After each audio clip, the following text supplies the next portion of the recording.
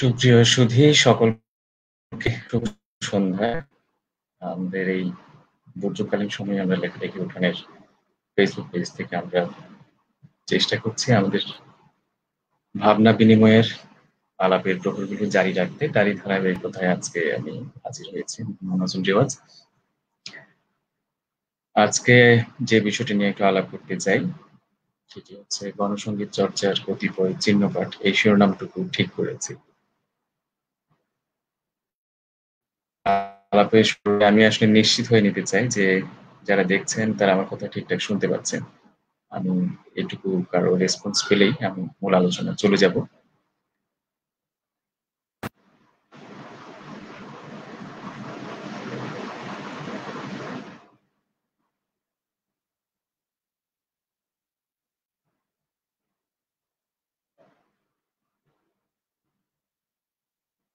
হ্যাঁ, মাজার ভাই বলেছে।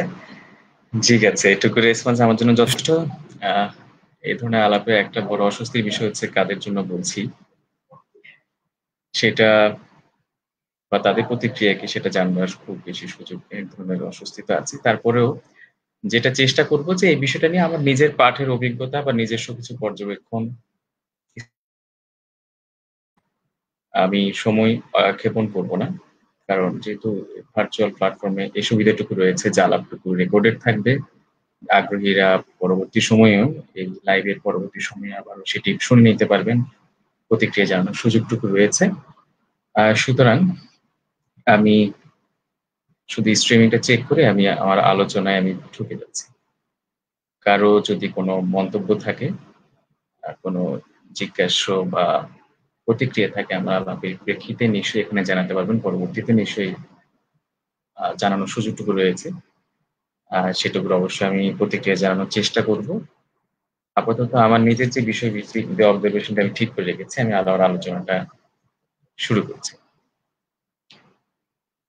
প্রথমেই জানিয়ে নেই যে আমি কিছু চিহ্নপাঠ, এই শব্দটিকে আমি রেখেছি খুব সচেতনভাবে যে কতিপয় চিহ্নপাঠ। চিহ্নপাঠ এই অর্থে নিয়েছি যে প্রথমত আমরা যারা আ একটু যদি নিবিড়ভাবে পড়তে চাই আমাদের সাংস্কৃতিক আন্দোলনের ইতিহাস অথবা আমাদের সাংস্কৃতিক চর্চার ইতিহাস, সেখানে সেটা বাংলাদেশের এই চর্চাটা ভীষণ রকমের ক্ষীণ ধারা। লেখালেখি ভীষণ কম, গান নিয়ে তো আরো কম। গান নিয়ে অন্তত আমার পাঠক হিসেবে যে পর্যবেক্ষণ সেটি হচ্ছে যে বাজারে হয়তো শখানেক বই চালু বা খুবই এভেইলেবল রয়েছে। এর বেশিরভাগ গান বিষয়ক বেশিরভাগ বই হচ্ছে মূলত গানের লিরিক্স। গান নিয়ে খুব একাডেমিক আলোচনা, এর ইতিহাস রচনার এই ভঙ্গির থেকে লেখা বই খুবই কম। কিছু বাংলা একাডেমি থেকে কিছু হয়েছে, কিছু অঞ্চলভিত্তিক ইতিহাস রয়েছে। এর মধ্যে বড় খামতির দিক হচ্ছে আমি যে বিষয়টা নিয়েছি গণসংগীত। গণসংগীতটা হচ্ছে গানের এমন একটি ধারা যেটার সাথে ভীষণ রকম রাজনৈতিক অংশগ্রহণ, রাজনৈতিক মতাদর্শিক একটা অ্যাক্টিভিজমের একটা যোগাযোগ আছে। একেবারে শতভাগ যোগাযোগ আছে। সুতরাং এই বিষয়ে খুব রাজনৈতিক একটা বিশ্লেষণ আমরা খুব পাই না। অথবা একই সাথে আরো একটি বিষয় অবতারণা করতে চাই। আমি গান নিয়ে ঘাটাঘাটি করতে গিয়ে দুটো বইয়ের ভারত থেকে প্রকাশিত একটি পত্রিকা এবং জলার্কের ২ টি বই আমি দেখাতে চাই। এই আলাপে আমি এটুকু একটু ভাব বিনিময় করতে চাই কিছু বইকে আলোচনা আনতে। এটি হচ্ছে সঙ্গীত সমাজ ইতিহাস সংখ্যা এবং জলার্কের। এটা ২০১০ সালের সংখ্যা। এর আগে আরো সম্ভবত ২০০৪ সালের দিকে সঙ্গীতের সামাজিক ইতিহাস নামে আরেকটি বই বের করা হয়েছিল এবং জলার্ক প্রকাশন থেকে। এর আগে অনুষ্টুপের একটি সংখ্যা বের হয়েছিল লিটল ওয়েব অনুষ্টুপের সম্ভবত ১৯৯৪ সালে। এই সঙ্গীতের সামাজিক ইতিহাসে স্বপন অধিকারী যিনি সম্পাদক, তিনি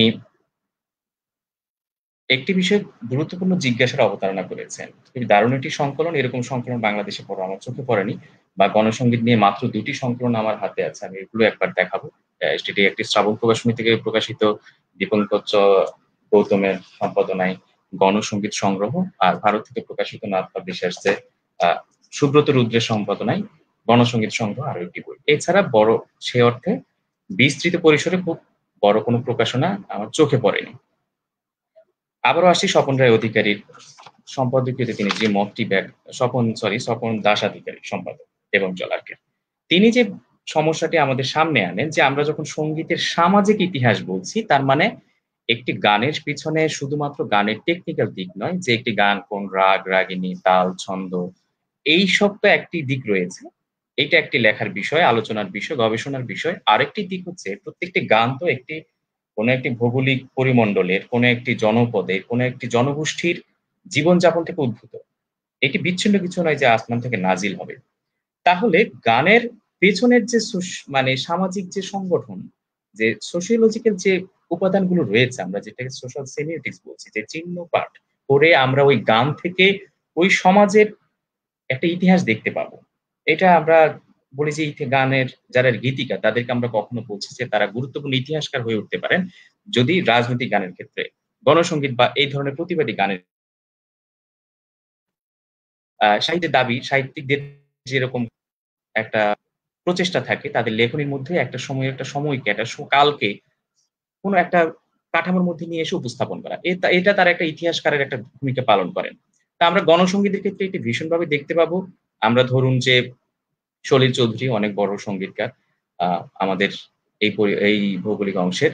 তার প্রচুর প্রতিবাদী গান রয়েছে যেগুলো প্রত্যেকটি একটি ঐতিহাসিক ঘটনার সাথে সম্পর্কিত। প্রত্যেকটি একটি ঘটনার প্রতিক্রিয়া এই গানগুলো লেখা হয়েছে। তাহলে আমি যখন বলি যে ধরুন যে আমাদের খুব জনপ্রিয় গান ২১শে ফেব্রুয়ারি নিয়ে লেখা, আমার ভাইয়ের রক্তে রাঙানো ২১ ফেব্রুয়ারি। এই গানটি যখনই আমরা গাই তখনই আমরা এর সাথে বায়ান্নের ভাষা আন্দোলন এই রাজনৈতিক ইতিহাসটা আমাদের সামনে চলে আসে। আলোচনায় চলে আসে অবধারিতভাবেই। সুতরাং এই গান থেকে আমরা ইতিহাসে যেতে পারছি। গান থেকে আমরা একটি সমাজে যেতে পারছি। একটি রাষ্ট্রের ওই সময়টাকে ধরতে পারার একটা সূত্র পেয়ে যাচ্ছি। স্বপন দাস আধিকারিক বলছেন, আমাদের এই অঞ্চলে তিনি বৃহত্তর যেহেতু বইটি ভারতীয় প্রেক্ষাপটে রচিত। ভারতীয় সঙ্গীতের সামাজিক ইতিহাস বা এই ধরনের যে সমস্ত বই লেখা হয়েছে, এই ক্ষেত্রে এই সামাজিক ইতিহাস রচনার খুব বড় কোনো প্রয়াস চোখে পড়েনি। সেটি বাংলাদেশে তো আরো করুণ অবস্থা। আমরা ভারতের প্রেক্ষাপট থেকে তার এই প্রস্তাবনাটুকু নিতে চাই। সেখানে তিনি বলছেন যেমন আমরা গানের বই বললে আমরা বুঝি সবার আগে সবাই মনে করি কুমার প্রসাদ মুখোপাধ্যায়ের বইগুলোর কথা বলি। মেহফিল, দেশি গান, বিলিতি খেলা, আ ক্ষুদ্রতীরা এগুলো ভীষণ আমার নিজের মাথার পাশে এই সবগুলো বই আছে। এবং হয়তো অমিয় সেনালের স্মৃতির অতলে। স্বপন দাস অধিকারী বলছেন, এই বইগুলো যতটা ইতিহাস গ্রন্থ হিসেবে যতটা স্বীকৃত এবং সংগীত বোদ্ধাদের কাছে, সংগীত প্রেমীদের কাছে যতটা আদৃত, সেটি মূলত ওই গানের একটি ইতিহাস, চর্চার ইতিহাস। কিন্তু এর সামাজিক ইতিহাসটুকু এই আলোচনার মধ্যে নাই। কুমার প্রসাদের এই আলোচনার মধ্যে সংগীতের সামাজিক ইতিহাসটুকু নেই। ওখানে একেকটি ঘরানার উৎপত্তি আছে, ঘরানার চর্চা আছে। আপনি আব্দুল করিম খাঁ, ভাস্কর বুয়া, ফৈয়াজ খাঁ, তাদের সংগীত চর্চা, তাদের একেবারে জৌলুসপূর্ণ অংশগুলো আপনি জানতে পারবেন গল্পের আকারে। তাদের ভীষণ চমকপ্রদ সব ঘটনা। কিন্তু ওই একেকটি গানের ঘরানা যেই সমাজ থেকে উদ্ভূত হয়েছে, তার কোনো বিবরণ, বিস্তৃত বিবরণ বা বিশ্লেষণ সেই বইতে নাই বা সেই ধরনের লেখাই নাই। এর মানে এই নয় যে আমি পেতে যাচ্ছি। কুমার প্রসাদ মুখোপাধ্যায়ের বইকে ধরেই আমাদের যেকোনো এখন আগাতে হবে। ওটা একটি শুরুর বিন্দু। কিন্তু ওই বইগুলোকে আমরা বলছি ওগুলোকে রাজনৈতিক যদি পাঠের আলোয় আমরা আনি তখন আমরা ভীষণ হতাশ হতে পারি। সেই জায়গায় আরো একটি বইয়ের কথা আলোচনায় এসেছে সেটা হচ্ছে যেমন ধরুন খুব জনপ্রিয় বইয়ের কথা বলতে পারি রামতনু লাহিড়ী ও তৎকালীন বঙ্গ সমাজ। একজন ব্যক্তিকে ধরে আমরা ওই সময়ের সামাজিক ইতিহাসের একটা বিস্তৃত বিবরণ পাই। আমাদের এখানে যেমন সর্দার ফজলুল করিম লিখেছেন ঢাকা বিশ্ববিদ্যালয় তৎকালীন পূর্ববঙ্গীয় সমাজ। একই রকম ধারাবাহিকতায়। মানে আমরা একটা বিন্দু ঠিক করে নিয়ে ওই সময়টাকে পড়বার চেষ্টা করছি। ওই সময়ের ইতিহাসটুকুকে উদ্ধারের বোঝাপড়ার চেষ্টা করছি। সংগীতের ক্ষেত্রে এটা হয়নি। কিন্তু সংগীত তো তার মানে কি সংগীত সবসময় বিনোদনবাদী একটি জিনিস হয়েছিল? মোটেও না। আমি গণসংগীত বিষয়টার সাথে ওই বিনোদনবাদিতার একেবারে সাপে নেউলে সম্পর্ক বলা যায়। বিনোদনবাদিতার একেবারে উল্টো দিকে গণসংগীতের অবস্থান। এখন আসি যে কথাটি বলছিলাম আরো একটি বইয়ের কথা। এটি হচ্ছে একটি বই জন বার্কলির লেখা 'টু ম্যান অ্যান্ড মিউজিক'। এই 'টু ম্যান' বলতে হচ্ছে আ ভাতখান্ডে, ভাতখান্ডে, বিষ্ণুনারায়ণ ভাতখান্ডে আর বিষ্ণু দিগম্বর পালুস্কার। এই ২ জন ভারতীয় ১৯ শতাব্দীর শেষ দিকে এবং বিংশ শতাব্দীর শুরুর দিকে ভারতীয় সংগীতের ইতিহাস রচনায় এবং কাঠামোগত পদ্ধতি রচনায় এবং ভীষণ রকম একটা জাতীয়তাবাদী প্রেরণা নিয়ে তারা কাজ করেছিলেন। ব্যাপকভাবে যেটার একটা ব্যাপকতর স্বীকৃতি আছে। সেই আলোচনায় গভীরে যাব না। তো এইরকম কাজ এই কাঠামোগত একটি প্রক্রিয়া আর দেখা যায়নি বা আমাদের বাংলাদেশে তো নয়ই। বাংলাদেশে একেবারে হয়নি সেটা বলাটা নিতান্ত ভুল হবে। আমি যখন এই আলাপের জন্য একটু প্রস্তুতি নিচ্ছি, তখন আমার জন্য খুব আশ্রয় হয়ে উঠেছে। সেটি হচ্ছে হেমাঙ্গ বিশ্বাস এর বিষয়ে কিছু লেখা। হেমাঙ্গ বিশ্বাস সম্ভবত একমাত্র মানুষ গণসংগীতের শিল্পী হিসেবে আমাদের এখানে যাকে নিয়ে অন্তত একাধিক বইপত্র বাজারে পাওয়া যাচ্ছে। তার জন্ম শতবর্ষ স্মরণে সুরমা উপত্যকার গাঙচিল নামে এই বইটি প্রকাশিত হয়েছে স্মারক গ্রন্থ। এছাড়া যে আমাদের খ্যাতিমান গণসংগীত শিল্পী ফকির আলমগীরের সম্পাদনা আরো একটি বই বাজারে আছে। এছাড়াও আরো ২-১ টি বই বাজারে আছে। আমার সংগ্রহ নেই। আমি সেটা নিয়ে আলোচনায় যাচ্ছি না। আর আমি হেমাঙ্গ বিশ্বাসের যখন একটি সাক্ষাৎকারের মধ্যে যখন ঢুকে যাই, তখন হেমাঙ্গ বিশ্বাস লোকসঙ্গীত এবং গণসঙ্গীতের পার্থক্য নিরূপণে, সংজ্ঞা নিরূপণে এবং এর ইতিহাস রচনা নিয়ে ভীষণ আক্ষেপ করে বলেন যে, হেমাঙ্গ বিশ্বাস বা সলিল চৌধুরী, এই দেবব্রতী বিশ্বাস এই ধরনের মহান শিল্পীদের নাম আমরা বলছি গণসঙ্গীতের ইতিহাসের ক্ষেত্রে, আলোচনার ক্ষেত্রে। তাদের সাথে আইপিটিএ বা গণনাট্য Indian People's Theatre Association, IPTA আন্দোলনের, গণনাট্য সংঘের আন্দোলনের এক ধরনের ভীষণ রকমের আর্থিক একটা যোগাযোগ আছে। তারা ওই আন্দোলনের ফসল, ওই আন্দোলনের প্রবাদ পুরুষ। ওই আন্দোলনটাকে এগিয়ে নিয়ে গেছেন তারা। কিন্তু হেমাঙ্গ বিশ্বাস তার এই সাক্ষাৎকারে মহাসেন শাস্ত্রপাণি সমুদ্রগুপ্তের সাক্ষাৎকারে নিয়েছিলেন সিলেটে। সে সাক্ষাৎকারে তিনি আক্ষেপ করে বলেন যে, আমরা যখন আইপিটিএ পর্বের ইতিহাস লেখা হলো, সেটা মনে হলো যে আন্দোলনটা কলকাতা থেকে শুরু হয়েছে। অথবা আন্দোলনটা সামগ্রিকভাবে কলকাতাতেই ছিল। কিন্তু বাস্তবে তো এই আন্দোলনের ইতিহাস আমরা যতটুকু জানি, এটা অবশ্যই কলকাতাতে আবদ্ধ ছিল না। এবং আইপিটিএ সাফল্য এটুকুই যে আইপিটিএ নগরের আ শি শিল্পীরা এবং গ্রামের শিল্পীরা তো অবশ্যই। এই আন্দোলন মাঠে ঘাটে ছড়িয়ে পড়েছিল। একেবারে প্রান্তিক জনগোষ্ঠী যাদেরকে আমরা সাবলটার্ন বলে আমরা চিহ্নিত করছি, ওয়ার্কিং ক্লাস বলছি আমাদের আলোচনায়। সে তাদের মাঝে ছড়িয়ে পড়েছিল ওই নগরের মধ্যবিত্ত জনগোষ্ঠীর যে শিল্পী তাদের হাত ধরে এর সাথে মিশেছে আমাদের গ্রামীণ লোকশিল্পীরা নানান রকম উদ্যোগের সাথে ঢুকে পড়েছে।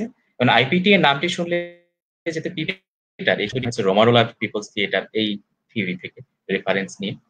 কিন্তু যেটা মনে হয় যেটা নাট্যের আন্দোলন। কিন্তু গণনাট্য আন্দোলনের বিস্তৃত বা গুরুত্ব এটুকুই যে এটি শুধু আসলে নাটকের আন্দোলন নয়। এর একটা অংশ ছিল নাট্য। এর একটি নাটকের উইং ছিল। কিন্তু গণনাট্য আন্দোলন ছিল এমন একটি প্ল্যাটফর্ম যেখানে সমস্ত ধারার শিল্পীরা এসে আমরা খালেদ চৌধুরীর কথা বলছি। তিনি আর্টিস্ট। আর আর এই শিল্পীরা আছে নাটকের লোকজন এসে গান পেয়েছি। গানের তো সবার গানের কথা তো এখন বলছি। হেমাঙ্গ বিশ্বাস, বিনয় রায়, জ্যোতিরিন্দ্র মৈত্র, দেবব্রত বিশ্বাস, আমরা সুচিত্রা মিত্রকে পেয়েছি। যেটা খুবই আশ্চর্য করবে আমাদের যে আমাদের এখনকার রবীন্দ্রসঙ্গীত শিল্পীদের যদি চর্চার দিকে আমরা দেখি, কি পরিমাণ একটা আবদ্ধ আয়তনে ঢুকে পড়েছে। মানে রবীন্দ্রসঙ্গীত আমাদের এখন রীতিমতো মানে ঘরোয়া গানের বিষয়। আচ্ছা তো সুচিত্রা মিত্রের মতো এমন মানে স্নিগ্ধ চেহারার এমন তিনি রাজপথে গান গেয়েছেন এবং আইপিটি এর খুব গুরুত্বপূর্ণ শিল্পী তিনি একজন। সেদিকে আমি যাচ্ছি না। সেই সমস্যাটার কথা বলতে যাচ্ছি যখন এই যে ইতিহাসের একটা বিচ্ছিন্ন অধ্যায় হয়ে পড়েছে বা ইতিহাস থেকে আমাদের এই গণসংগীতের পাঠ আ বিস্মৃত হয়ে গেছে। এবং আমরা বেমালুম ভুলে গেছি। হেমাঙ্গ বিশ্বাস বারে আক্ষেপ করে বলছেন তিনি যে তাদের এই আন্দোলনের কথা যে তখন সিলেটে তাদের একটি উইং ছিল। আইপিটিএ তে আন্দোলনে ওরা যুক্ত হয়েছেন একটু পরে। আন্দোলন শুরু হওয়ার আর বেশ কিছু পরে। তার আগে তাদের সুরমা ভ্যালি কালচারাল স্কোয়াড এই নামে একটি তাদের সংগঠন ছিল সিলেট এলাকায়। তাদের ব্যাপকতর জনপ্রিয়তা ছিল। সে আন্দোলনে তাদের সাথে যুক্ত হয়েছিলেন নির্মলেন্দু চৌধুরী। নির্মলেন্দু চৌধুরী আমাদের লোকগীতির অন্যতম জনপ্রিয় শিল্পী। সিলেটের সন্তান উনি এবং তার ছেলে কুলেন্দু চৌধুরী পরবর্তীতে কলকাতায় বিখ্যাত হন। সোহাগ চাঁদ, বদনীবালা, নাচো গো তুমি এই ধরনের গান। আমরা কি এই ধরনের গান দিয়ে হয়তো নির্মলেন্দু চৌধুরীকে আমি চেনাতে হচ্ছে এটা এটা এক ধরনের ধৃষ্টতা বলছি। আমি কিন্তু বাস্তবতা হচ্ছে যে এটা দিয়ে হয়তো সহজে চেনানো যায়। কিন্তু হেমাঙ্গ বিশ্বাস বলছেন, নির্মলেন্দু চৌধুরী তাদের সে আন্দোলনে ছিলেন। এবং তার কারণে জমায়েত হতো বেশি। মানে সাধারণ মানুষের মধ্যে তার গানের এত জনপ্রিয়তা ছিল। সুতরাং উনি যখন আসরে আসতেন, অনেক বেশি মানুষকে যুক্ত করার সুবিধে ছিল। এই বেশি মানুষকে যুক্ত করার গানটি হচ্ছে গণসঙ্গীত। এখন সংজ্ঞাগত দিক থেকে গণসঙ্গীত নিয়ে একটু আন্তর্জাতিক ইতিহাসের দিকে একটু আলোকপাত করতে চাই। আমি যখন এই আলোচনাটা আমি একাধিক পর্বে করতে চাই। আমি হয়তো আগোছালোভাবে শুরু করলাম। তারপরেও সেটা আমার নিজের দুর্বলতা একটা তো আছে। দ্বিতীয়ত আমি ওই সমস্যাটি emphasize করতে চাই যে এই ধরনের বিষয়গুলো আসলে একাডেমিয়াতে এই বিষয়টি আসলে আলাপের মধ্যে নেই, আমাদের ডিসকোর্স এর মধ্যে নেই। বিচ্ছিন্ন কিছু বইপত্র আছে সুতরাং আমাকেও হাতড়াতে হয়েছে। সেখান থেকে আমি যা মানে কতিপয় চিহ্ন যেটা বললাম সেটা বিচ্ছিন্নভাবে আমি তুলে এনেছি। তুলে এনে জড়ো করার চেষ্টা করছি। আশা করছি যে আমি হয়তো পরবর্তী যদি সুযোগ হয় একাধিক পর্বে আমি সলিল চৌধুরীকে নিয়ে আলাদা করে তার কাজের ধারা নিয়ে বলতে চাই। সেটি হয়তো অনেক বেশি সুনির্দিষ্টভাবে এই ইতিহাসটা বলা সম্ভব হবে। একজন সলিল চৌধুরীকে ধরে আমি তার সময়টুকু বললাম। একদিন আমি হেমাঙ্গ বিশ্বাসকে নিয়ে হয়তো আরেকটি প্রচেষ্টা থাকবে। আ একদিন হয়তো নিবারণ পণ্ডিত, আমি তার কথা বলব ভিতরে। এই প্রচেষ্টাগুলোর দিকে যাব। তার আগে আমি বলছি যে এই গণসংগীত বিষয়টিকে আমি সংজ্ঞায়নের যে সমস্যা আছে সেদিকে একটু আলোকপাত করতে চাই এবং একটু আন্তর্জাতিক প্রেক্ষাপটের দিকে যেতে চাই। এই প্রসঙ্গে আমি একটি বইয়ের কথা বলতে চাই। একটি আমেরিকাতে আ স্মিথসোনিয়ান ফোক লাইফ ফেস্টিভাল নামে একটি উৎসব হয় ১৯৪৮ সাল থেকে। গত বছর ২০১৯ সালে তাদের এই উৎসবের সাথে যুক্ত আছে পৃথিবীর নানান দেশের আ শিল্পীরা, ফোক শিল্পীরা বলবেন এবং মূলধারা শিল্পী এবং একটি বড় ধরনের উৎসব, একটা আন্তর্জাতিক খ্যাতিমান উৎসব। এই উৎসবটিতে গতবার পিট সিগার ছিলেন, এটা সম্ভবত আ মূল এরকম একটি গুরুত্বপূর্ণ হিসেবে বক্তা হিসেবে তিনি উপস্থিত ছিলেন এই আয়োজন। এটা কেউ সাইটে গেলে তাদের বিস্তারিত পাবেন। স্মিথসোনিয়ান ফোকওয়েজ। তাদের গত বছরের যে ফেস্টিভাল ২০১৫ সে ফেস্টিভালের থিম ছিল the social power of music. এই থিমকে ধরে তারা বিস্তৃত নানান দেশের বিভিন্ন অন্যান্য শুধু ইউরোপ নয়, ল্যাটিন আমেরিকা, আফ্রিকা থেকে আবার এশিয়া দেশ থেকে এরা পারফর্ম করেছেন। তাদের একটি গুরুত্বপূর্ণ প্রকাশনা বের হয়েছে গত বছর। একই নামে the social power of music নামে। এখানে এটি সম্পাদনা করেছেন জেফ প্লেস এবং হুইপ শিপার্স নামে ২ মিউজিকোলজিস্ট। আমি এটির উদাহরণ টানছি কেন? এখানে ওনারা ৩ টি ঐতিহাসিক গানের একটি লিস্ট দিয়েছেন। প্রত্যেকটি গানের হচ্ছে ডিস্কোগ্রাফি আমি বলতে পারি। প্রত্যেকটি গানের একেবারে হিস্ট্রি। ছোট্ট, ছোট্ট একটি বিবরণ আছে। গানটির প্রকাশ, গানটির লিরিক, গানটির কম্পোজার, আ ডিজাইনার যাবতীয় এবং এর ঐতিহাসিক প্রেক্ষাপটটুকু ধরে এরকম ৮৩ টি বিখ্যাত গান সারা পৃথিবীর। এখানে একটি সূচি আকারে একটি অ্যান্থোলজি বলতে পারি, অ্যান্থোলজি সংস্করণ করেছেন। এটি নিঃসন্দেহে একটি প্রশংসনীয় কাজ এবং তারা দাবি করেছেন তারা প্রায় ৬০,০০০ গানের সংকলন থেকে এই ৮৩ টি গানকে আলাদা করেছেন। ধরেন এই গানটি শুরু হয়েছে 'উই শ্যাল ওভারকাম'। আমরা করব আমরা হেমাঙ্গের সাথে পেয়েছি। এটি গানটি আমাদের কাছে যে জানার বিষয় যে পিট সিগারের এটি রচয়িতা। কিন্তু এই সংকলন বলছে এটি পিট সিগারের মৌলিক রচনা নয়। এটি একটি হাইম বলছে, একটি ধর্মীয় স্রোত সংগীত ছিল। ২ টি সংগীতের এর রেফারেন্স দেয়া আছে যেগুলোতে 'আই উইল ওভারকাম' ক্রাইস্ট কে বলছে। সেগুলোকে তারই একটা মডিফাইড ভার্সন হিসেবে পিট সিগার এটাকে পারফর্ম করেছেন এবং পিট সিগার এটাকে জনপ্রিয় করেছেন এবং এটাকে বলা যায় পিট সিগার এই গানটিকে নতুন একটা মাত্রা দিয়েছেন। এর উপস্থাপনার কারণে এই গানটির ভাষ্য ওই যে প্রার্থনার সংগীতের থেকে এটাকে রাজনৈতিক একটা মাত্রা দিয়েছেন। তাহলে এবং কিন্তু দুঃখের বিষয় হচ্ছে কি এই বইতে ৮৩ টি গানের মধ্যে মাত্র ২ টি গান আছে যেটা এশিয়ার। একটি ভিয়েতনামের, একটি দক্ষিণ কোরিয়ার। আমাদের পুরো এশিয়াতে এত ধরনের রাজনৈতিক আন্দোলনের নজির আছে, গানের এত ইতিহাস আছে। সেখানে পুরো এশিয়ার গানগুলো বাদ পড়ল কি করে? ভারতীয় আমাদের আইপিটিএ মুভমেন্ট এর মধ্যে একটা সফল মুভমেন্ট বাদ পড়ল কি করে? এটা আমার অনুমান প্রথমত হচ্ছে এই সংকলনটি ১৯৪৮ সাল থেকে যেহেতু এই সংস্থাটির এই উৎসবটি শুরু হয়েছে এবং এই সংকলনটিও ১৯৪৮ সাল পরবর্তী আন্দোলনের গানগুলোকে প্রাধান্য দিয়েছে, বাছাই করেছে। সে কারণে এবং আমাদের বাংলা গানগুলো আ সে অর্থে বাংলা কেন? আমরা গণসংগীতের কথা বলি, ভারতীয় উপমহাদেশের কথা যদি আমরা বলি ওই সময়ে ব্রিটিশ শাসনকালীন, তাহলে অনেকগুলো হিন্দি গানের কথা আছে এবং সেখানে এই গানগুলোর ভালো ইংরেজি অনুবাদ হয়নি। আমি সলিল চৌধুরীর ইংরেজি অনুবাদ পাইনি ২-১ টি লেখালেখি ছাড়া। বিখ্যাত অনেকেরই ইংরেজি গান আমরা পাইনি। তাহলে এই যে একটা গ্যাপ রয়ে গেছে, এর কারণে বাদ পড়ে গেছে আমাদের আ আন্তর্জাতিক ইতিহাস থেকে, আন্তর্জাতিক গণসংগীতের ইতিহাস থেকে, রাজনৈতিক ইতিহাস থেকে বাদ পড়ে গেছে আমাদের এশিয়া। বা খুবই সুনির্দিষ্ট করে বললে আমাদের ভারতীয় উপমহাদেশ। ব্রিটিশ শাসনকালীন সময়ের কথা বলছি। তার মানে বাংলা আলাদা করে যদি বলি বাংলাদেশ, ভারত, পাকিস্তান বা দক্ষিণ এশিয়ায় বাদ পড়ে গেছে। এই যে আমরা একটা আন্তর্জাতিক জায়গা থেকে বাদ পড়ে গেলাম। গণসংগীতের বিষয় কিন্তু হচ্ছে একটা আন্তর্জাতিকতা। গণসংগীত মানেই মানে কিন্তু আমরা যে অর্থে পাবলিক বুঝি যে জনতার গান, সেটা এক অর্থে কিন্তু বিশেষ অর্থে বলা হচ্ছে যে যাদের অধিকার আদায়, মুক্তি বা বঞ্চনা অথবা নিপীড়নের বিরুদ্ধে দাঁড়িয়ে যাদের অধিকার আদায়ের চেতনার কারণে যারা যুক্ত। এটি আমাদের সাথে পার্টি পলিটিক্স এর অংশ নয়। মানে যেকোনো প্রলেতারিয়েত, যেকোনো বঞ্চিত মানুষ এই গণসংগীতের মানে উদ্দিষ্ট মানুষ। গণসংগীতের বিষয় তাদের জন্য নিবেদিত। তাদের কথা বলবে গণসংগীত। তো সেই কারণে গণসংগীত একটি লোকসংগীত নয়, গণসংগীতের লোকজ জিনিস থাকতে পারে। সেই কারণে গণসংগীতকে দেশাত্মবোধক গান বললে এই গণসংগীতের রাজনৈতিকতা বোঝানো যাবে না। কিন্তু আমরা সম্ভবত যে এভাবে চর্চা করছি, কিছু গণসংগীত যেগুলো জনপ্রিয় হয়ে আছে সেটা দেশাত্মবোধক গান হিসেবে হয়তো গাওয়া হয়, স্বাদেশীলতা হিসেবে গাওয়া হয়।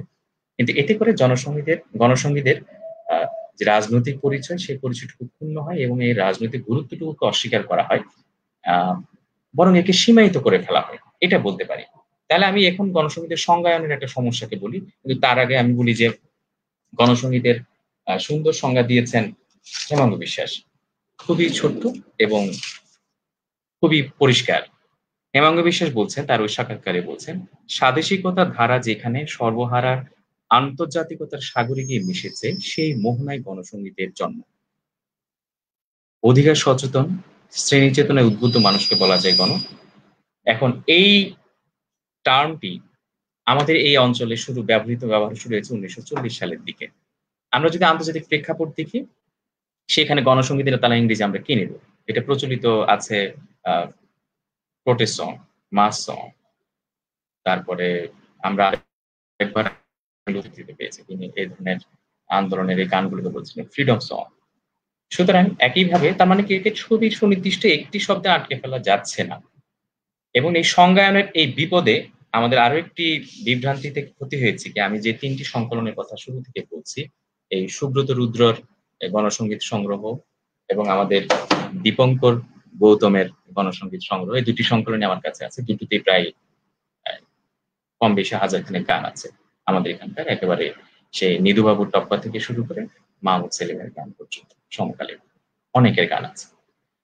কিন্তু লক্ষণীয় বিষয় সুব্রত রুদ্রের গানের মধ্যে রবীন্দ্রনাথ নেই।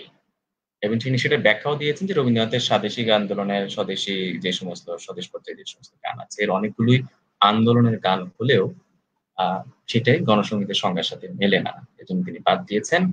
আর দীপঙ্কর গৌতম একটি গান রেখেছেন, "আজি বাংলাদেশের হৃদয় হইতে কখন আকুল।" তার মানে এখানেও একটি বিভ্রান্তি তৈরি আছে।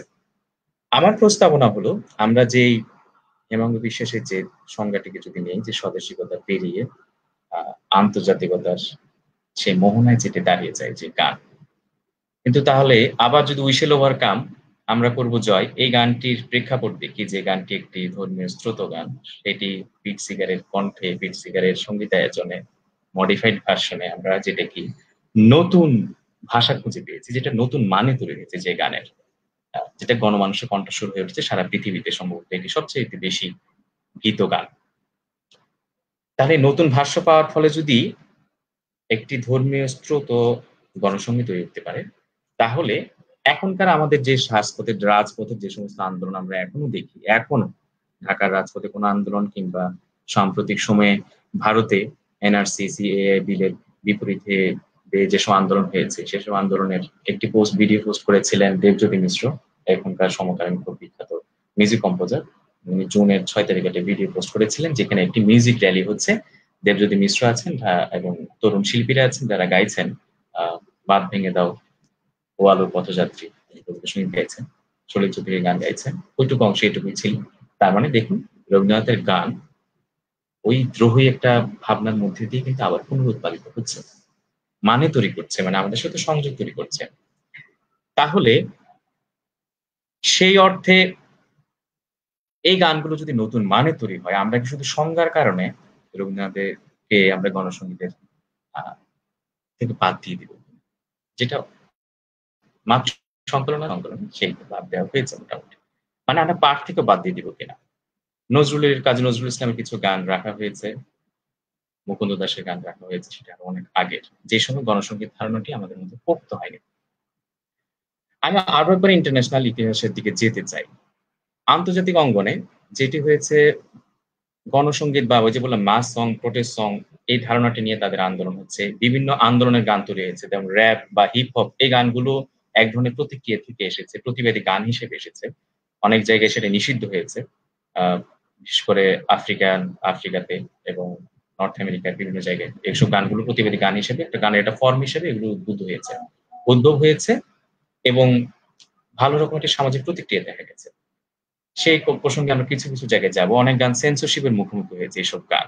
আমরা পিট সিগারেট দীর্ঘদিন রেডিওতে নিষিদ্ধ ছিলেন। আমাদের এখানে সলিল চৌধুরীর গান নিষিদ্ধ হয়েছে। আরো অনেকের গান, নিবারণ পণ্ডিতের গান নিষিদ্ধ হয়েছে। প্রচুর গান নিষিদ্ধ হয়েছে। নজরুলের গান হয়েছে। মুকুন্দ দাসের গান নিষিদ্ধ হয়েছে। তাহলে যেটা বলছিলাম যে আন্তর্জাতিক হিস্ট্রি, ওই যে স্মিথসোনিয়ান এদের ফোকলাইফ ফেস্টিভ্যালের কথা বলছি, তারা যেহেতু 48 এর আগের গানগুলোকে ধরেননি, বা আমরা যদি একটু তাদের ইতিহাস, ইউরোপের ইতিহাস যদি গবেষণা করে দেখি যে 1930 সালে তাদের প্রথম একটি গান, বিল হলিডের একটি গানকে তারা হচ্ছে প্রথম দিকের একটি গণসঙ্গীত হিসেবে প্রোটেস্ট সং তাদের ভাষায়, যেহেতু আমি এটাকে একটি বিপরীত নাম হিসেবে করে নিচ্ছি, প্রোটেস্ট সং হিসেবে স্বীকৃতি দিচ্ছেন। কিন্তু তাদের মূলত তাদের যে গণসঙ্গীত সেটির বিকাশ ঘটেছে 1960-এর দিকে, সিভিল রাইটস মুভমেন্টের সময়ে। এরপর থেকে জোয়ান বায়েজ, এরপর থেকে বব ডিলান, জন লেনন, এই ধরনের রথী মহারথী শিল্পীদের উদ্ভব। তারা রাজপথে এসেছেন, ক্রমশ তারা নিজেদের জায়গা করে নিয়েছেন এবং একটি কিংবদন্তি ভূমিকায় অবতীর্ণ হয়েছেন জন বায়েজ। আমাদের কাছে বব ডিলান সম্প্রতি নোবেল পুরস্কার পেয়েছেন। তার মানে এটা আন্তর্জাতিকভাবে তার ওই গণসঙ্গীত চর্চা, তার গানের ওই রাজনৈতিক চর্চার একটি স্বীকৃতি বিশ্ববাসী দিয়েছে, বা এটাকে আমরাও আদর করে নিয়েছি, আমরা গ্রহণ করে নিয়েছি। তাহলে 1960-এ আমেরিকার যে আন্দোলনের যে ধারণার বিকাশ গণসঙ্গীত চর্চার, আরো একটা আন্দোলনের কথা বলতে চাই। চিলিতে 1973 সালে তাদের একটি রাজনৈতিক আন্দোলন হয়, নিউ সং মুভমেন্ট। এটা ইংরেজি বলা হচ্ছে নিউ সং মুভমেন্ট। তাদের সেখানে ছিল ভিক্টর জারা, ভায়োলেটা পার্রাকে আমি হয়তো অন্যদিকে পরিচয় করে দিতে পারি, আমাদের বিখ্যাত কবি নিকন পার্রার বোন। কিন্তু ভায়োলেটা পার্রা তার যে গানের যে রাজনৈতিক পরিচয়, তিনি নিজেই নিজ নামেই খ্যাতিমান। ভিক্টর জারা, ভায়োলেটা পার্রার মতো শিল্পীরা তারা 73 সালের দিকে চিলিতে নিউ সং মুভমেন্ট নামে নতুন একটি আন্দোলনের সূত্রপাত ঘটিয়েছিলেন। কারণ তারা হচ্ছে যে যখন তাদের গণতান্ত্রিক প্রক্রিয়া নির্বাচিত শাসক ভিক্টর আলেন্দেকে ক্ষমতাচ্যুত করে স্বৈর শাসক পিনোশেট ক্ষমতা দখল করেন, তখন তারা প্রতিবাদ জানিয়ে তার এই গানের মাধ্যমে তারা সামাজিক আন্দোলন গড়ে তুলেছিলেন এবং সেই new song movement Latin America এবং পরবর্তীতে ইউরোপে ব্যাপক একটি রাজনৈতিক আন্দোলনকে উজ্জীবিত করেছিল। ইভেন সাম্প্রতিক সময়েও আমরা দেখেছি, গত বছরও আমরা এরকম চিলিতে বিভিন্ন আন্দোলনে সেই ভিক্টর জারার সেই গান, সেই 73 সালের গান আবারও গাওয়া হচ্ছে রাজপথে, আবারও প্রতিবাদের ভাষা হিসেবে ফিরে এসছে। আমরা যেরকম এখনো বলছি যে সলিল চৌধুরীর গান, এই যে আন্দোলনের সময় রবীন্দ্রনাথের সেই স্বদেশী গান আমরা এখনো আবার হয়তো রাজপথে গাইছি। আমি ব্যক্তিগতভাবে আমার নিজের অংশগ্রহণ থেকে বলি, গণজাগরণ মঞ্চের আন্দোলনে 2013 সালে আমরা ও আলোর পথযাত্রী সমতা শতবার গিয়েছি, বাঁধ ভেঙে দাও আমরা গিয়েছি। তো এই ধরনের গানগুলো আমাদেরকে বারবারে, এই গানগুলো নতুন ভাষা খুঁজে পেয়েছে, কারণ এগুলো সময়কে অতিক্রম করেছে, এর একটি ভৌগোলিক সীমাকেও অতিক্রম করেছে, স্থানিকতাকে অতিক্রম করেছে। এইখানে গণসঙ্গীতের সাথে লোকসঙ্গীতের পার্থক্য। গণসঙ্গীতকে লোকসঙ্গীত বললে এটাকে লোকসঙ্গীতের মেজাজ থাকতে পারে, উপাদান থাকতে পারে, কিন্তু গণসঙ্গীতের আবেদনটা এবং এর রাজনৈতিক যে স্ফুরণ সেটি ভিন্ন রকমের। এটি বিনোদনকামী নয় মোটেও, একেবারে বিনোদনকামীতা নয়। তাহলে আমি যে বললাম ওই সমস্যাটুকু, যে ইউরোপ যখন এই গানটিকে একটি ফর্ম হিসেবে যখন গ্রহণ করছে 60s-এ, আর আমরা এখানে আইপিটি আন্দোলনের মাধ্যমে 1930-40-এ বা এর আগে থেকে আমরা মুকুন্দ দাসের গানে পাই, ইভেন আর 19বিংশ শতকের শেষ দিকেও, যেটা বন্দে মাতরম বা এই গানের সুবাদে মৃদুবাবুর টপ্পা, সেই গানগুলোর ক্ষেত্রে আমরা যে রাজনৈতিক এই অভিপ্রায়গুলো পাই, যেটা আমরা পরবর্তীতে গণসঙ্গীতের সংজ্ঞার মধ্যে আত্মীকরণ করেছি। তার মানে আমাদের গণসঙ্গীতের ইতিহাস লিখতে হলে আমাদের ওই পূর্ব পাঠের মধ্যে অবশ্যই মৃদুবাবু আসবেন, অবশ্যই মুকুন্দ দাস আসবেন। আমি যদি মুকুন্দ দাসের ধরেন এমন কোন গান বলি, শুধু একটি গানই হয়তো আমরা খুব বেশি জনপ্রিয়, ভয়কে মরণে, রাখিতে সন্তানে, কিংবা মুকুন্দ দাসের হতে এই গানটি আমি দুইল্যান্ড ডেমনস্ট্রেশনের জন্য হিসেবে শুনি, একটা কমিক রিলিফের মতো। রে বাঙালি এসে যে আমি যান দেশের কাছে দেখাই জগতে এ ভেতর বাঙালি দাঁড়াইতে পারে বীর সমাজে আয় রে বাঙালি আয় সেজে আয় আয় রে যা দেশের কাছে। খুব লক্ষণীয় মানে মুকুন্দ দাস গানের কিছু তার সমসাময়িক অনেক শিল্পীদের গানে বারংবার তারা এইটুকু বলেছেন যে হিন্দু রাম রহিম না এবং লাস্ট আরেকটি গান রাম রহিম না জুদা করো ভাই মনটা খাঁটি খরচে সাম্প্রদায়িকতার বিরুদ্ধে তাদের যেরকম ভীষণ রকমের সচেতনতা ছিল রাজনৈতিক সচেতনতা ছিল মানে তারা তো মুকুন্দ দাস তো কবিয়াল যাত্রার গান করতেন তাদের সে যাত্রার যে পারফরমেন্স গুলো ছিল পুরাণাশ্রিত ধর্মীয় ঘটনাবলী বলতেন সেখানে তারা একটি রাজনৈতিক প্রস্তাবনা নিয়ে আসলেন সেই পৌরাণিক কাহিনী থেকে শুরু করে ওই আসরেই ওই গ্রামের মানুষের মাঝে ওই পল্লীর মানুষের মাঝে তারা হাজার হাজার দর্শকের সামনে আস্তে আস্তে তারা এই রাজনৈতিক প্রস্তাবনাগুলো নিয়ে আসলেন তাদের গানের মধ্যেই। এই যে বললাম যে ইতিহাসকারের কথা, তারা একটি ইতিহাসকে গ্রন্থিবদ্ধ করছেন। তার মানে দেখেন আপনি যদি সাম্প্রদায়িকতার ইতিহাস বা এই সংকটটুকুকে যদি আমরা পাঠ করতে চাই, আমি নমুনাটা কোথায় পাবো? একটা লিখিত ইতিহাস তো আছেই। এক ধরনের ইতিহাস লেখা হচ্ছে। এগুলো পরোক্ষ ইতিহাস। সাহিত্যের মধ্যে তো এর একটা স্ফুরণ থাকে, এর আরেকটা চরিত্র থাকে। পোর্টেড একটা মানে সাবটেক্সট হিসেবে থাকে। তো এই রাম রহিম না জুদা করো ভাই এই জিনিস মধ্যে কিন্তু ওই সংকটটুকুর অনুধাবন ছিল শিল্পীর মাঝে একটা সচেতন এবং সেটাকে দূরীভূত করার তার একটা প্রস্তাবনা ছিল। তো মহৎ শিল্পী তো তাই করবে। তো গণসংগীত এর মধ্যে এই রাজনৈতিক প্রস্তাবনাটা একটু থাকে যেটা ভীষণ প্রায় ধরেন বলা বলছে গত ২০০ বছর আগে থেকে এই প্রক্রিয়াটুকু শুরু হয়ে গিয়েছিল। ধরুন সেই প্রক্রিয়ায় হয়তো আমরা লালন সাইজির জাত গেল বলে এই গানটিকে হয়তো আমরা একটা রাজনৈতিক পাঠ তৈরি করতে পারি। যে সমাজের বিভাজনের যে আ সংকট, যে বৈষম্যের যে চিত্র তাকে চ্যালেঞ্জ করেছেন। তার বিরুদ্ধে একটি মতবাদ দিয়ে তার দাওয়াই দিয়েছেন। মানে সমাজের ক্ষমতা কাঠামোকে একটি বাস্তবতা একটা বার্তা দিতে চেয়েছেন। এই, এই রাজনৈতিকতাটুকু আমরা কেন পাঠ করি না? এটাকে যদি আধ্যাত্মিক গান বলে, সহজিয়া গান বলে এক ধরনের পাঠ হতে পারে। হচ্ছে, সেটাই হচ্ছে। কিন্তু এর এই সামাজিক ইতিহাসটুকু আমরা লিখিনি। এটি স্বপন দাশাধিকারী যে সমালোচনাটুকু করেছেন। তানিম ভাই আমি অনেক আমি আসলে কারো কমেন্টস শুনতে ফলো থ্যাংক ইউ তানিম ভাই। আমি যেটা বলছিলাম, তার মানে আমি লালন সাইজিকে অথবা আমাদের এখানকার আরো অনেক কবিয়ালকে আমরা পাবো, যারা শুধুমাত্র যাদেরকে আমাদের এই মেইন স্ট্রিম একাডেমিয়াতে আমরা হাজির রাখিনি। আমরা মোটামুটি ব্রাত্য করে রেখেছি। কিন্তু তাদের মধ্যে যে রাজনৈতিক সচেতনতা ছিল, তাদের মধ্যে যে একটা ইতিহাসে গ্রন্থিবদ্ধ করার যে মানে ছবি ছিল, সেটাকে আমরা অস্বীকার করেছি। আমি একটু দূরবর্তী অংশে যেতে চাই। আমি নিবারণ পণ্ডিতের কথা বলেছি শুরুতে। নিবারণ পণ্ডিত আমাদের এই ময়মনসিংহ অঞ্চলের কবিয়াল। তিনি দেশভাগের ৪-৫ পরে কারণে তিনি চেয়েছেন, নানান পুলিশ নির্যাতনের শিকার হয়েছেন। ৫০ সালের দিকে তিনি হেমাঙ্গ বিশ্বাসের সহযোগিতায় ভারতে চলে যান। চলে যেতে বাধ্য হন। তো নিবারণ পণ্ডিতের কথা বলছি। নিবারণ পণ্ডিত এমন একজন গুরুত্বপূর্ণ গীতিকার। নিবারণ পণ্ডিতের একটি গান আমি গেয়ে শোনাবো। পুরো এই একটা গানই আমি হয়তো পুরোটা গাইবো কোন এক ফাঁকে।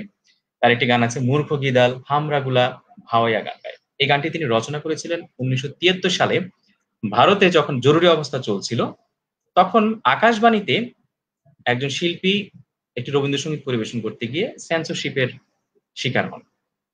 গানটি ছিল ব্যর্থ প্রাণের আবর্জনা, পুড়িয়ে ফেলো আগুন জ্বালো। তো এই আগুন শব্দটি থাকার কারণে তাকে ওই গানটি গাইতে দেওয়া হয়। যেটি রাজনৈতিক একটা উন্মাদনা সৃষ্টি করবে, মানে উস্কানি।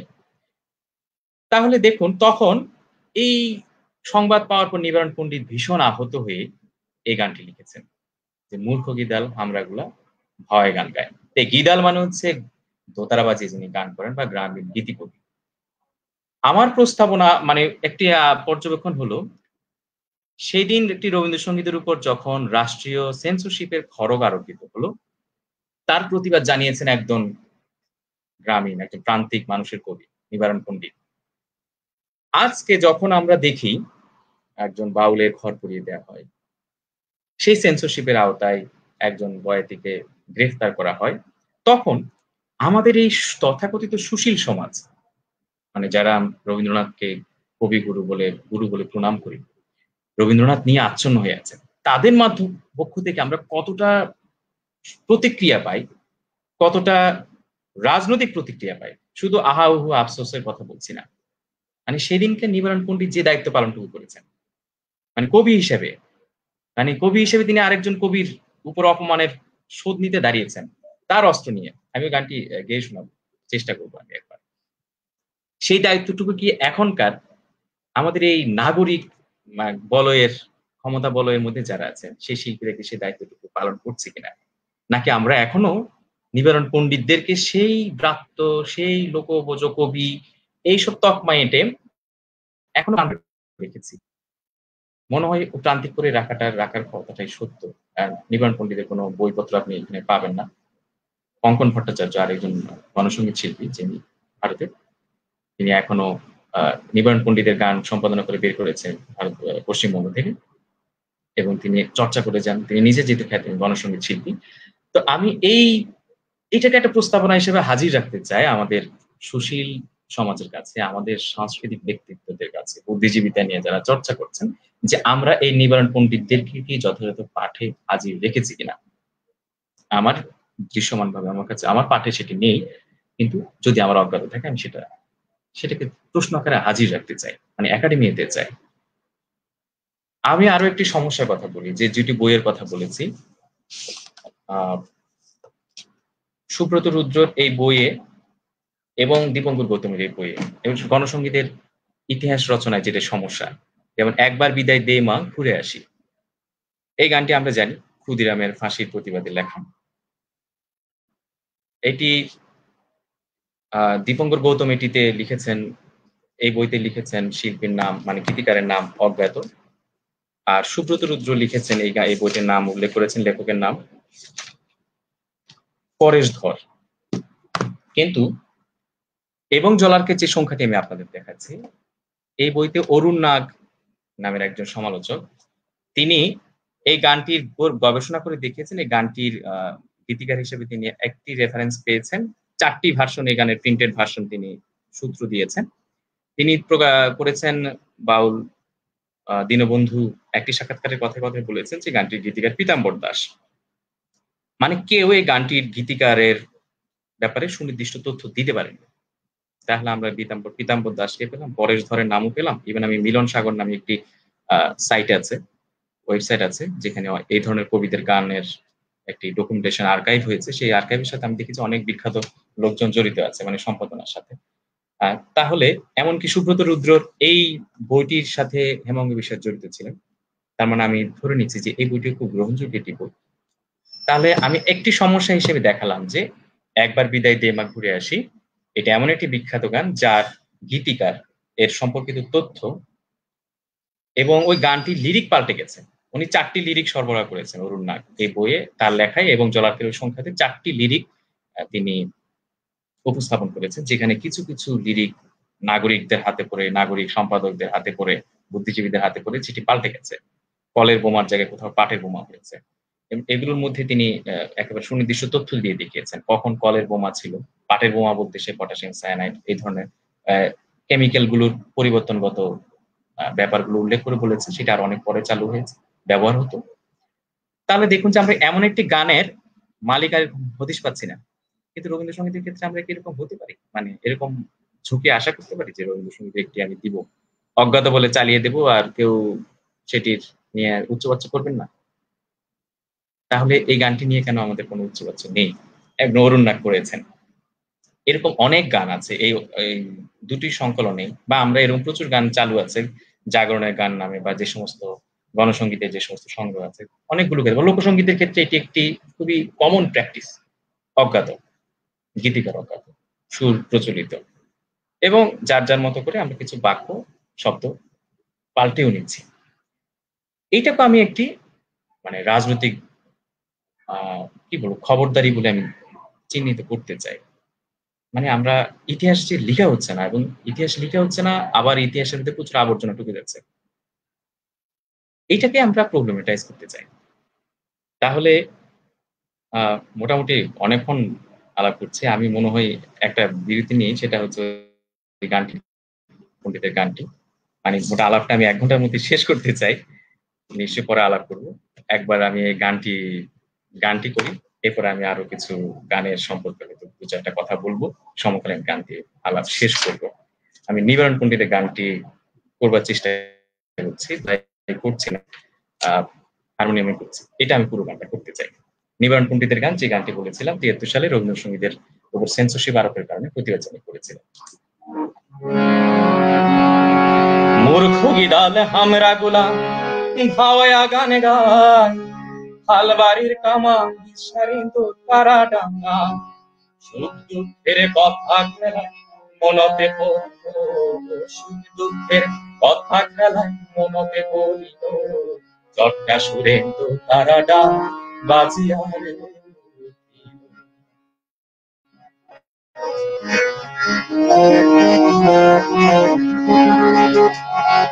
স্বাধীন হইল ঘর হারাইল নাই তার ভিটা মাটি, পরার ভুঁয়োতে ঘর বাঁধিয়া পরার ভুঁয়োতে খাটি, দিন মনে সেই ২.৫ টাকা মজুরি পাইয়া, মাইয়া সাওয়াই রুটি সাবাই ভারত বসিয়া, মাইয়া সাওয়াই রুটি সাবাই ভারত বসিয়া।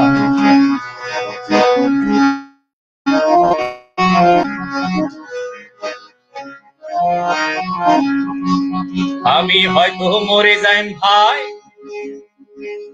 আমি হয়তো যাই না বাঁচিম বেশি দিন, ডাক্তার বাবু বড় হইতো, গান কবিতা বন্ধ হইল আসরে করা মানা, গান কবিতা বন্ধ হইল আসরে করা মানা, কেমন করি গান করি ভাই হইলে ভাবনা।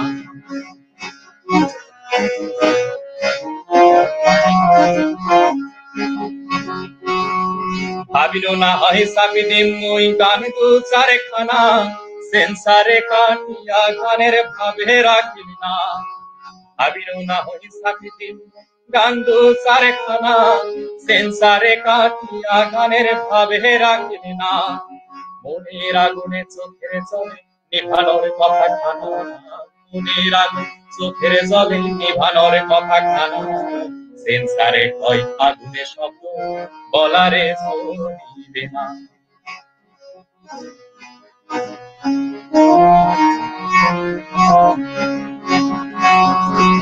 আগুন বাদ দিয়া শুধু জল দিয়া কি করে গানে গায়, ভাবি বুঝিল দুঃখ পাইল বলিবার উপায় না, আমার গান তোমরা ভাই সাঙ্গ করি নিও, আমার গান তোমরা ভাই সাঙ্গ করি নিও, সময় এলে আগুনে গান, সময় এলে আগুনে গান, হাজারো কণ্ঠ গাহিও, সময় এলে আগুনে গান, হাজারো কণ্ঠ গাহিও,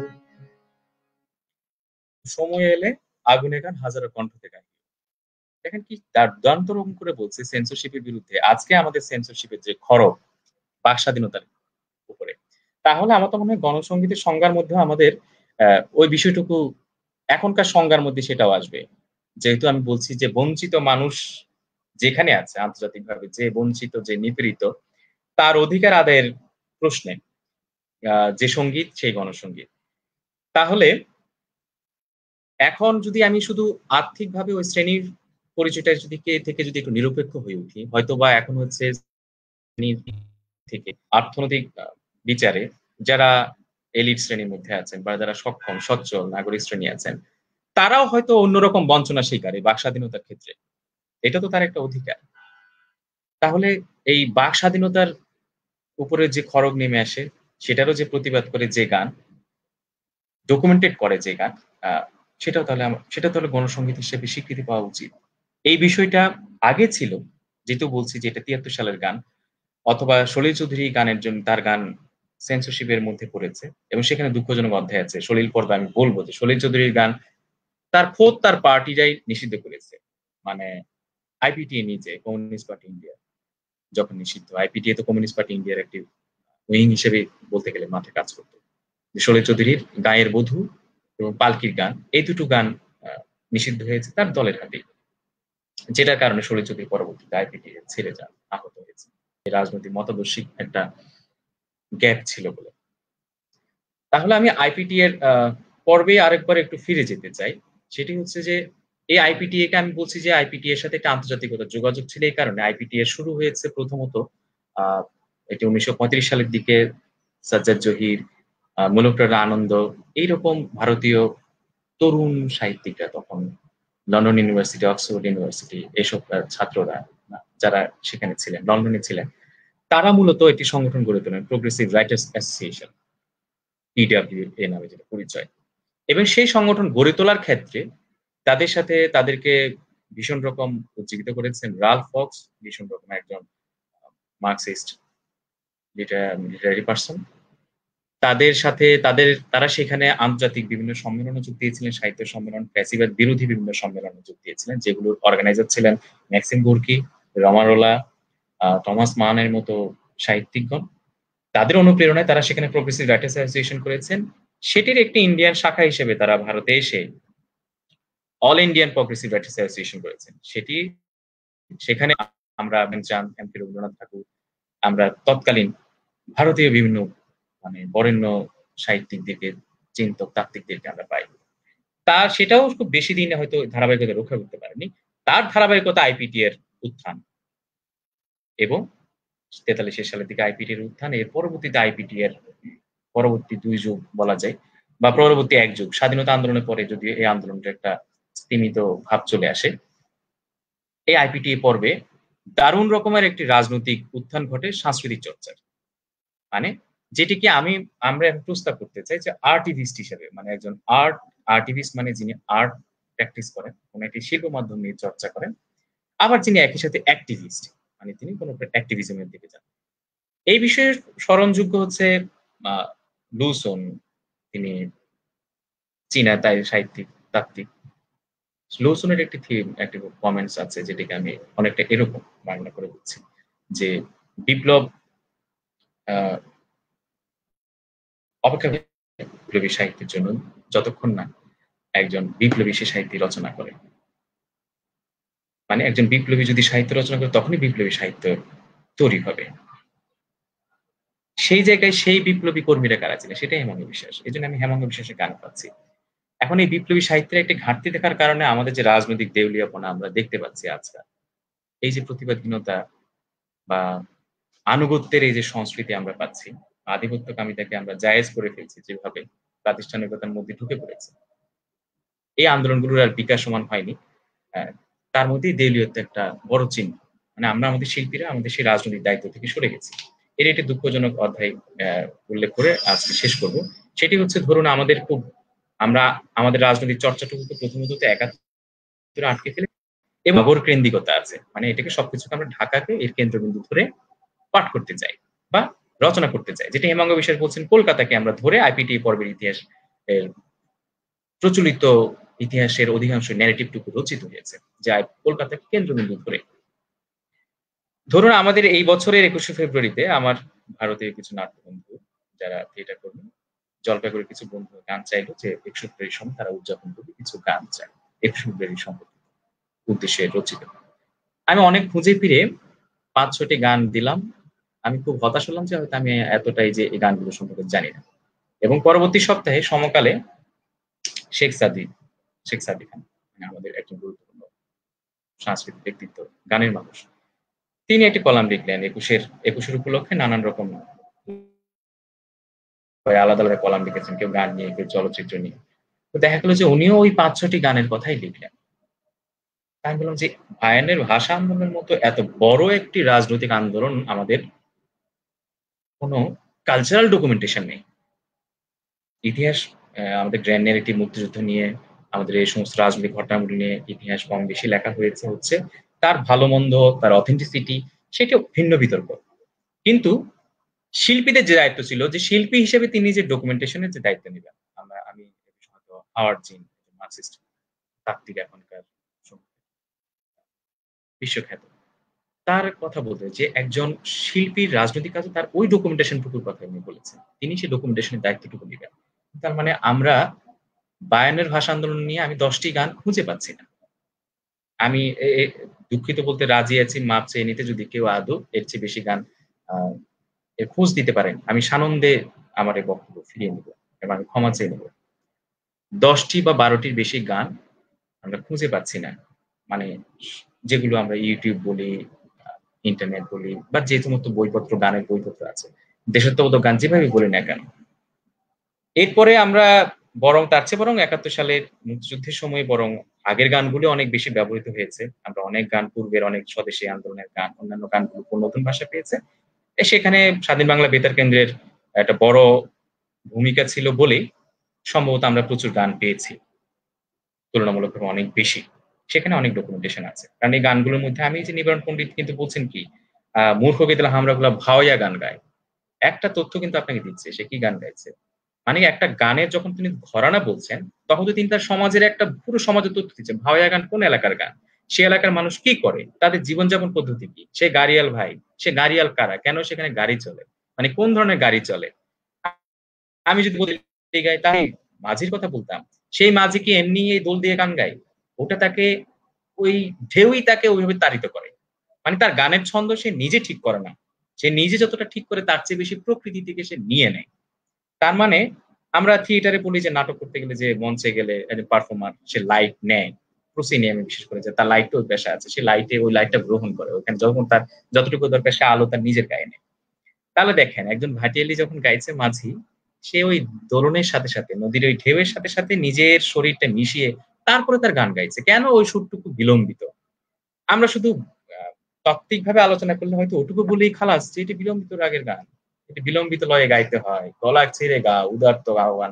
মানে এই ধরনের বিশেষণগুলো আমরা দিয়ে ব্যাখ্যা করি। কেন হয় সেটি কিন্তু আমি যদি ওই যে ভাওয়াইয়া এই রেফারেন্স টুকুর বিশ্লেষণে না যাই, তাহলে আমি ওই যে সমাজটাকে অস্বীকার করলাম। ওই যে সেমিওটিক্স বললাম, সোশ্যাল সেমিওটিক্স আমি ওই সমাজের পার্টটাকে অগ্রাহ্য করলাম। একটা সময় তখন আমার কাছে শুধু এটাকে আমি শুধুমাত্র গ্রাম বা লোকসঙ্গীত বলে আমরা যে ক্ষতিটুকু করেছি।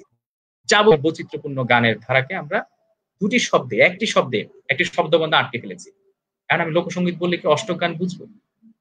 লোকসঙ্গীত বললে কি আমি চটকা গান মানে এই গানে এই যে নিবারণ পণ্ডিতের এই গানে কি আছে? চটকা সুরে দোতারা ডাক বাজিয়ে উঠলো। দেখেন ওই গানটা কি ধরনের যন্ত্রে ব্যবহার হতো? ওই দোতারা ডাক, ওই দোতারার একটি গান এটি। দোতারা কারা বাজায়? বা কোন ধরনের এলাকার গান? এটা ড্রামস এর গান না। এটা কি গিটারের গান না। গিটারের এই গানটার মানে পাল্টে যাবে। মেজাজ পাল্টে যাবে। এই যে ডকুমেন্টেশন টুকু এটা গানে থাকে, গণসঙ্গীতে সামাজিক ইতিহাস যদি না লেখা হয় বা সঙ্গীতের সামাজিক ইতিহাসও যদি দেখা হয়, শুধু গণসঙ্গীত তো বললাম আ অনেক পরেই নামে আসলো যে প্রায়োরিটি থেকে। সঙ্গীতের সামাজিক ইতিহাস যদি আপনি লিখতে যান তার মানে তো গণসঙ্গীত আসবে। তাহলে সঙ্গীতের সামাজিক ইতিহাস লিখলে তাহলে ওই জনপদের গানটুকু আমরা লিখব। শুধু একটা সেমিনারের সৌন্দর্যের জন্য এটা বলাটা ভীষণ রকমের প্রবঞ্চনা হবে যে লোকসঙ্গীত থেকে আ ধ্রুপদী সঙ্গীতের উদ্ভব। এই ধ্রুপদী সঙ্গীতের রাজকীয় আসরে, অভিজাত্য আসরে বসে এগুলো বলেন। হ্যাঁ, খুব ভালো লাগে যে একটা হাত বুলিয়ে দেওয়ার মতো একটা ব্যাপার। কিন্তু প্রকারান্তরে আমরা ওই বিস্তৃত ইতিহাস ওই যে লোকসঙ্গীত থেকে এই রাগ রাগিনীর উদ্ভব হয়ে এই আসরে রাজকীয় গানগুলো তৈরি হয়েছে। আমি ভাতখণ্ডের কথা বলেছি। উনি যে কাঠামো কথা তুলে নিয়েছেন। তার বিপরীতে পালুসকার ছিলেন যিনি এই লোকজ সুরগুলোর প্রতি গুরুত্ব দিয়েছেন। আমরা পাশ্চাত্যের দিকে যদি যাই, সেখানেও আমরা দেখতে পাবো যে মোজার্ট আ এক ধরনের কাঠামোগত সংগীতের দিকে যাচ্ছেন। তার সমসাময়িক আরেকজন সুরকার অস্ট্রিয়ান হেডন। তিনি ভীষণ রকমের খোলা। তিনি আবদ্ধ সংগীত পদ্ধতির চেয়ে তিনি নিজে যেহেতু প্রান্তিক জনগোষ্ঠী থেকে উঠে এসেছেন। তিনি তার গানে তার সুরের মধ্যে ওই প্রান্তিক সুর, ওই লোকজ গানের সুরটুকু আছে। সেটাকে ডকুমেন্টেশন করছেন। তার মানে আমরা তখন তাহলে আমরা অস্ট্রিয়ার প্রচুর শিল্পী পাচ্ছি। আমরা আফ্রিকান গান শুনলে আফ্রিকান তালটাকে আলাদা করতে পারছি কেন? আফ্রিকান ড্রাম বিট আমরা আলাদা করতে পারি। এই যে সিগনেচার টুকু মানে এই যে কোটেশন গুলো আছে, মানে এই সাবটেক্সট গুলো আছে, মানে একটা এনক্রিপ্টেড একটা মেসেজ আছে একটা জনপদ সম্পর্কে। এটি যদি আমরা অস্বীকার করে সবাইকে এক পাল্লায় নাগরিক বানিয়ে তুলতে চাই, সবাইকে একই রকম জামাকাপড়, শার্ট-টাই পরিয়ে ফেলতে চাই, সেটা নিশ্চয়ই মানে খুব সুস্থ একটা চর্চার ইঙ্গিত দিবে না। ওই মা সতীমণির কথা দিয়ে শেষ করি তোমার যে প্রস্তাবটি যে শতফুল বিকশিত। নানান রকমের এই বৈচিত্র্যই তো সৌন্দর্য। মানুষের ইতিহাসের সৌন্দর্য ওখানেই। এই বিচিত্রতায় ভরপুর এবং সঙ্গীত সঙ্গীতের মধ্যে এই বৈচিত্র্যের যদি জয়গান না থাকে সেটাও শুধুমাত্র তাৎক্ষণিক একটা ভোগবাদিতার অংশ হয়ে উঠবে। তাৎক্ষণিক বিনোদনবাদিতার অংশ হয়ে উঠবে এবং সেটা অবশ্যই খুব মানবিক কোনো গল্পের ইশারা দেবে না আমাদের। তো আমি আজান হচ্ছে, আমি শেষ গান করে শেষ করতে চাইছিলাম। প্রচুর আজান শুনতে পাচ্ছি। আমি আরো কিছু গানের শুধুমাত্র রেফারেন্স উল্লেখ করে আমি আজকের মতো শেষ করব। আ সবার যেরকম আগ্রহী অংশগ্রহণ আমি পাচ্ছি, অনেকের কমেন্টস পাচ্ছি। আমি সবাইকে আমার কৃতজ্ঞতা জানাই। আমি বিচ্ছিন্নভাবে অনেক এলোমেলো কথা করে বললাম। কিন্তু আশা করছি যে আমি আমার নিজের পাঠের জন্য আমি হয়তো এই প্রশ্নগুলোকে জড়ো করছি। এটা হুট করেই তো এটা আমার দুর্বলতা নিশ্চয়ই। যে আমি এটাকে প্রশ্নটুকুকে হয়তো আমি এখন তৈরি করতে পারি। যে আমি যেটা প্রবলেমেটাইজ করতে যাচ্ছি। আশা করি পরবর্তী কোনো পর্বে আমি প্রথমত সলিল চৌধুরী নিয়ে বলতে চাই। সলিল চৌধুরী একটা আলাপ করব। এরপরে হেমাঙ্গ বিশ্বাস নিয়ে একটা আলাপের ইচ্ছে আছে। আমি আরো কিছু গানের কথা পড়ে সবার আজকে বিদায় নিব। আমি যেটা বলেছিলাম শুরুতেই নিধুবাবুর টপ্পা, এটা এই যেমন সুব্রত রুদ্রের বইতে নিধুবাবুর টপ্পা আসেনি। মানে কোথা থেকে আমরা শুরু করবো আমরা কিন্তু এটাও ঠিক করে উঠতে পারিনি। নানান দেশে নানান ভাষা মিলা স্বদেশী ভাষা বইটিতে আসা। এই গানটি শুরু হয়েছিল অনেক আগের গান। নিধুবাবুর টপ্পা আমরা জানি রামনিধি গুপ্ত। আমি জানি যে আমরা বিখ্যাত গান রজনীকান্ত সেনের মায়ের যেমন মাথায় তুলে মানে এই গানের মধ্যে যতটা গান আছে এবং একই সাথে কিন্তু সমাজের ওই শ্রেণী পরিচয়টুকু আছে, বৈষম্য পীড়িত মানুষগুলোর একটা ডকুমেন্টেশন আছে। একবার বিদায় দে মা ঘুরে আসি এই কথাটা আগে বলেছি। এইটা একটা সমস্যার গান। একটি গান ভীষণ করে বলতে চাই সেটি হচ্ছে বিনয় চক্রবর্তীর। দর্পণে কি রত্ন আছে অন্ধে জানে না। কি মেটাফরিক্যালি লিখেছেন। শুকনো ফুলে মধু এলে ভ্রমর এলে মধু পাবে না। আমি একদম সমকালীন দুটো গান একটি গানের উল্লেখ করে শেষ করব। এবং মজার ব্যাপার হলো আমাদের গণসংগীতে প্রচুর গান আফ্রিকান লোকসঙ্গীত অনুবাদ হয়েছে, বেটল রেড্ডের প্রচুর গান অনুবাদ হয়েছে, ইন্টারন্যাশনাল একাধিক অনুবাদ হয়েছে, কাজী নজরুল ইসলাম অনুবাদ করেছেন, হেমাঙ্গ বিশ্বাসের হাতে প্রচুর আফ্রিকান আমেরিকান বিখ্যাত গণসংগীত অনুবাদ হয়েছে এবং সেটি গাও হয়েছে এবং সেটি অনেকগুলো জনপ্রিয়। আমি জানি যে ছোট্টা চাঁদ, জোয়ান চাঁদ, প্রতুল মুখোপাধ্যায়ের কণ্ঠের ভীষণ জনপ্রিয় এই গানটি আমাদের কাছে। আমি একদম সমকালীন দুইজনের মানুষের কথা বলতে চাই। সেটি হচ্ছে একজন সঞ্জীব চৌধুরী। আমি মনে করি সঞ্জীব চৌধুরী দু-তিন খুবই ভীষণ জনপ্রিয় ছিলেন। তার একটি গান সেটি হচ্ছে আমি স্বপ্নেরও কথা বলতে চাই। এই গানটিকে আমি মনে করি যে তিনি দুর্দান্ত যে ইতিহাস রচনার ডকুমেন্টেশন শুরু করেছেন। আমি ঘুরিয়ে ঘুরিয়ে সন্ধান করিয়া স্বপ্নের ওই পাখি ধরতে চাই আমার অন্তরের কথা বলতে চাই। শুধু ২ লাইন কি ভীষণ রকম আন্তর্জাতিক। মানে ওই যে সাদেশিকতা ছেড়িয়ে কোথায় আন্তর্জাতিক অংশ চলে গেছেন। এই গানের ভিতরে তিনি দুটি আ ঘটনার কথা বলেন, কবিতা পাঠ করেন। এই গানের ভিতরে আছে আমি একটু পড়ে শোনাই। তাহলে আ বোঝা যাবে যে একজন মানুষ কতটা রাজনৈতিক সচেতন হতে হলে এই ধরনের গান লেখা সম্ভব এবং সেটার কি সুদূর প্রসারী ডকুমেন্টেশন তার হাত ধরে পেয়েছে।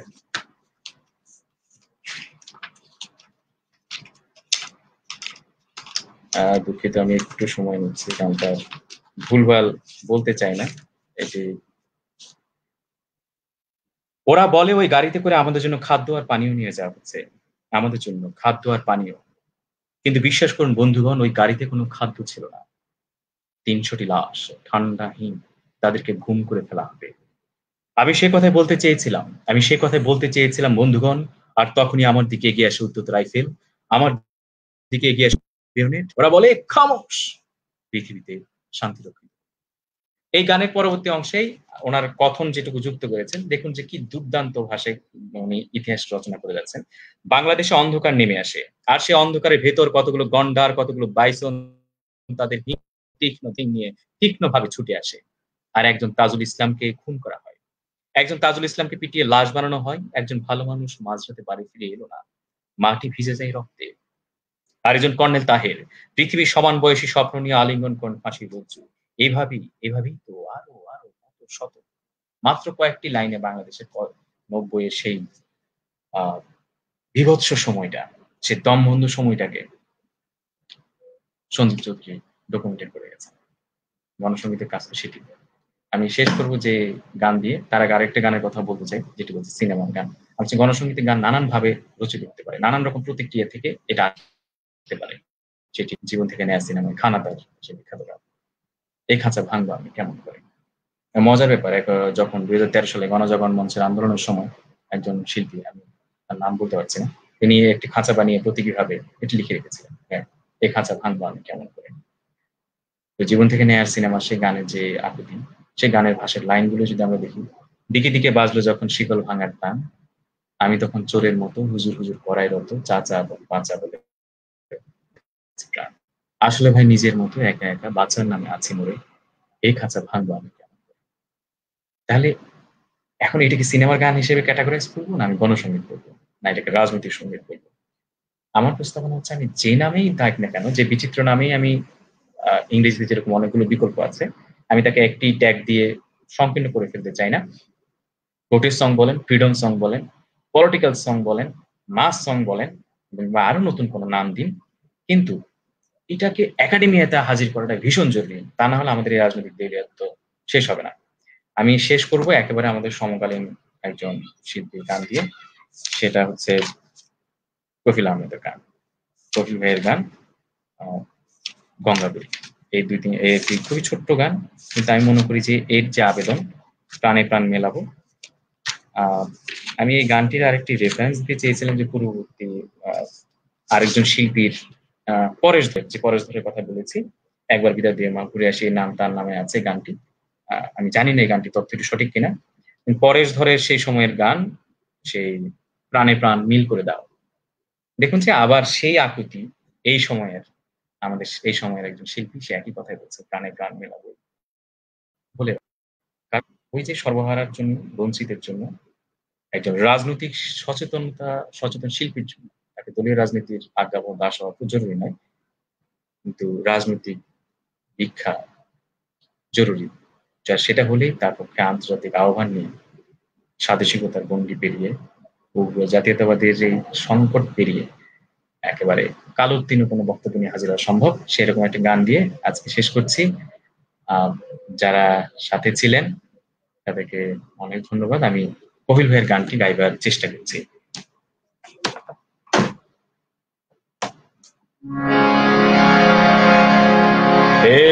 বসে একটু কাঁদি পাহাড়ে, কাঁদিলে কি রে ভুলারে পাহাড়ে, কাঁদিলে কি রে ভুলারে পাহাড়ে, গঙ্গা বলে যাবে, গঙ্গা বলে এত সুন্দর নাম কি তোমার, গঙ্গা বলে এত সুন্দর নাম কি তোমার, কে দিয়েছে নামে চুমুনাই রে আমার, নামে ঘুমনাই, নামে চুমুনাই রে আমার, নামে ঘুমনাই, প্রাণে প্রাণ দিলাবো ওরে রাম, দিলাবো ওরে রাম,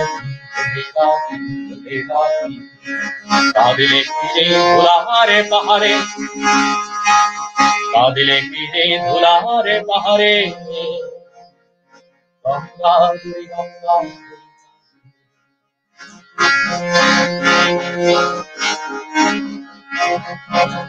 এমন তো হতেই পারে, গাইতে গাইতে কাঁদতে কাঁদতে যে কেউ ঘুমিয়েছে ঘুমিয়েছে, কাঁদিলে কি রে ধুলারে পাহাড়ে, কাঁদিলে কি রে ধুলারে পাহাড়ে, গঙ্গা বলে গঙ্গা হয়ে যাবে, গঙ্গা বলে গঙ্গা হয়ে যাবে।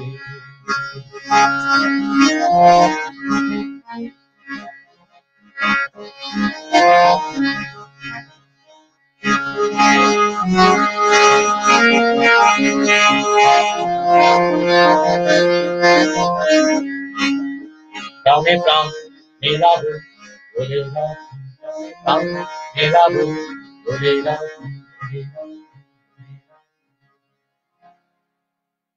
পুরো গানটা করলাম না। আজকে এখানেই শেষ করছি। আশা করছি পরের কোনো পর্বে আ আবারও ফিরব। এই আলাপটা আমি আরেকটু করতে চাই সেটা নিজের জন্য। আর সবাই যারা ছিলেন, মতামত দিয়েছেন, যুক্ত ছিলেন সকলকে অনেক ধন্যবাদ ও কৃতজ্ঞতা জানাচ্ছি। ধন্যবাদ সবাইকে। শুভরাত্রি।